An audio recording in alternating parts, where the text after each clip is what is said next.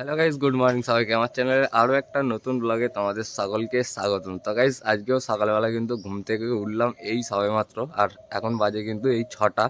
আর এই দেখো আমার সাইকেলেতে কি কি লোড করেছি। এই দেখো এখানে ব্যাগের মধ্যে রয়েছে 1 2 3টে, আর এইদিকেও 3টে, মানে মোট 6টা লাউ। আর এখানে 10 আঁটি লাউ শাক আছে, ঠিক আছে। তো এগুলোকে নিয়ে এখন এখান থেকে যাব সোজা তারকেশ্বর বাজারেতে বিক্রি করতে। 6.5 hours later. দেখো আসার সাথে সাথেই শুধু লাউ পড়ে রয়েছে। 10 আঁটি লাউ শাক আমি 100 টাকায় দিয়ে দিয়েছি, ঠিক আছে। তো দেখো এসেছিলাম কিন্তু 6টার সময়, আর এখন বাজে 6টা 40। আর এখন বাজারের অবস্থা দেখো, ঠিক এইরকম অবস্থা। আর এখানে দেখো আমার ব্যাগ খালি। তো যেমনটা দেখেছিলে, এনেছিলাম 6টা লাউ আর 10টা লাউ শাক। তো 10টা লাউ শাক 100 টাকায় দিয়ে দিয়েছি। আর একজন 3টে লাউ নিয়েছে 50 টাকায়, আর একজন 3টে লাউ নিয়েছে 30 টাকায়, ঠিক আছে। তো এবার কিন্তু সব আমি বিক্রি করে দিয়েছি। আর এখন এই যে সাইকেল নিয়ে বেরিয়ে পড়লাম, এবার সোজা চলে যাবো বাড়িতে। আর বাড়িতে গিয়েও কিন্তু কাজ আছে। তো দেখো দেখতে দেখতে কিন্তু বেজে গেল 9টা। আর মা তো সকালবেলায় এই দেখো আলুর তরকারি করেছিল, তো আলুর তরকারি নিয়ে।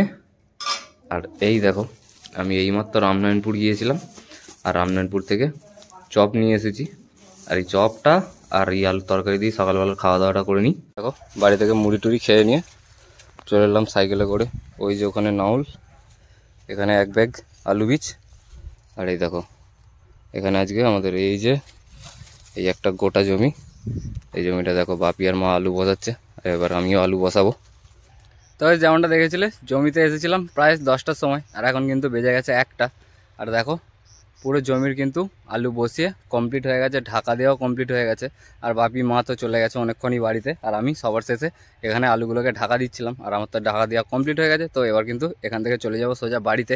আর এখনই কিন্তু শেষ নয়, এখনও কিন্তু অনেক কিছু বাকি রয়েছে। মানে এখনও আমাদের আর একটা জমির ধান তোলা বাকি আছে। তো ওখানে যাব, ভাত টাত খেয়ে স্নান টান করে তারপরে কিন্তু ধান তুলতে যাব। ভেবেছিলাম খাওয়া দাওয়া করার, এই শালা চোখে কি পড়ে গেল রে, ভেবেছিলাম খাওয়া দাওয়া করার পরেই ধানগুলো বইবো, কিন্তু খাওয়া দাওয়া তো আর হলো না। একটা জমির ধান, ওই জন্য ভাবলাম তুলে নিই। তো এই দেখো ছিলাম অনেকক্ষণই। আর এই দেখো জমি, আর এই দেখো অর্ধেকগুলো ধান কিন্তু বওয়া হয়ে গেছে আমার। এখানে বাপি এরকমভাবে বোঝা করে দিচ্ছে, আর আমি মাথায় করে নিয়ে গিয়ে খামারে ফেলে দিই। ধান বওয়া শেষ করে তো বাড়ি ফিরছিলাম। আর এই দেখো দিদাদের গাছে উঠে তো বড় বড় সাইজের একদম পাকা পাকা পেয়ারা ছিল। তো পেড়ে নিয়ে অর্ধেক দেখো আমি কুড়ে কুড়ে খেয়ে ফেলেছি, ঠিক আছে। পেয়ারাটা কিন্তু হেভি টেস্ট, তোমরা যদি খাও তাহলে 1 কামড় নাও।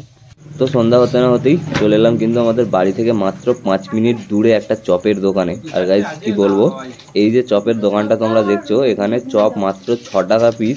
আর এইরকম এত বড় সাইজের চপ কিন্তু তোমরা এই তল্লাটে কোথাও পাবে না, ঠিক আছে। আর এই দোকানটাতে এতই ভিড় হয়, আমরা আজকে এসেছি, আজকে হয়তো ভিড়টা এখন একটু কম, কিন্তু আস্তে আস্তে যদি ভিড় হয় তখন তো আমি তোমাদেরকে দেখাবো। তো আসার সাথে সাথেই গরম গরম চপ নিয়ে নিলাম। আর এইখানে বসার মতো একটুও জায়গা ছিল না, তাই জন্য একটুখানি পাশেতে একটা বসার মতো জায়গা ছিল, ওখানে বসে পড়লাম। আর এই দেখো এটা হচ্ছে মেন রাস্তা, আর এখানটায় আমি বসেছিলাম। আর ওই যে সামনে দেখতে পাচ্ছ, ওটাই কিন্তু চপের দোকানটা। আর এই যে দেখো কাকু এখানে কিন্তু গরম গরম চপ ছেড়ে দিচ্ছে তেলের মধ্যে। আর চপ খেয়ে এসে একটা স্যান্ডউইচ নিয়ে, এই দেখো এই যে জায়গাটা দেখতে পাচ্ছ, এইখানটায় তখন বসেছিলাম। আর এই দেখো এই যে সাইডের রাস্তাটা তখন দেখাচ্ছিলাম। তো চলো এখন এই গরম গরম স্যান্ডউইচটা খেয়ে নিই।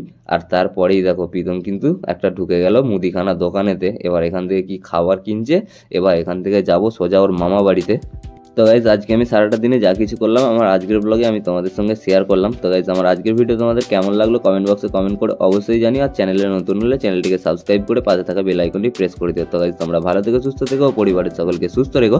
তোমাদের সাথে দেখা হচ্ছে কালকে আরও একটা নতুন ব্লগ নিয়ে। আর হ্যাঁ, আমার চ্যানেলে 426টা সাবস্ক্রাইবার করে দেওয়ার জন্য তোমাদের সকলকে অনেক ধন্যবাদ।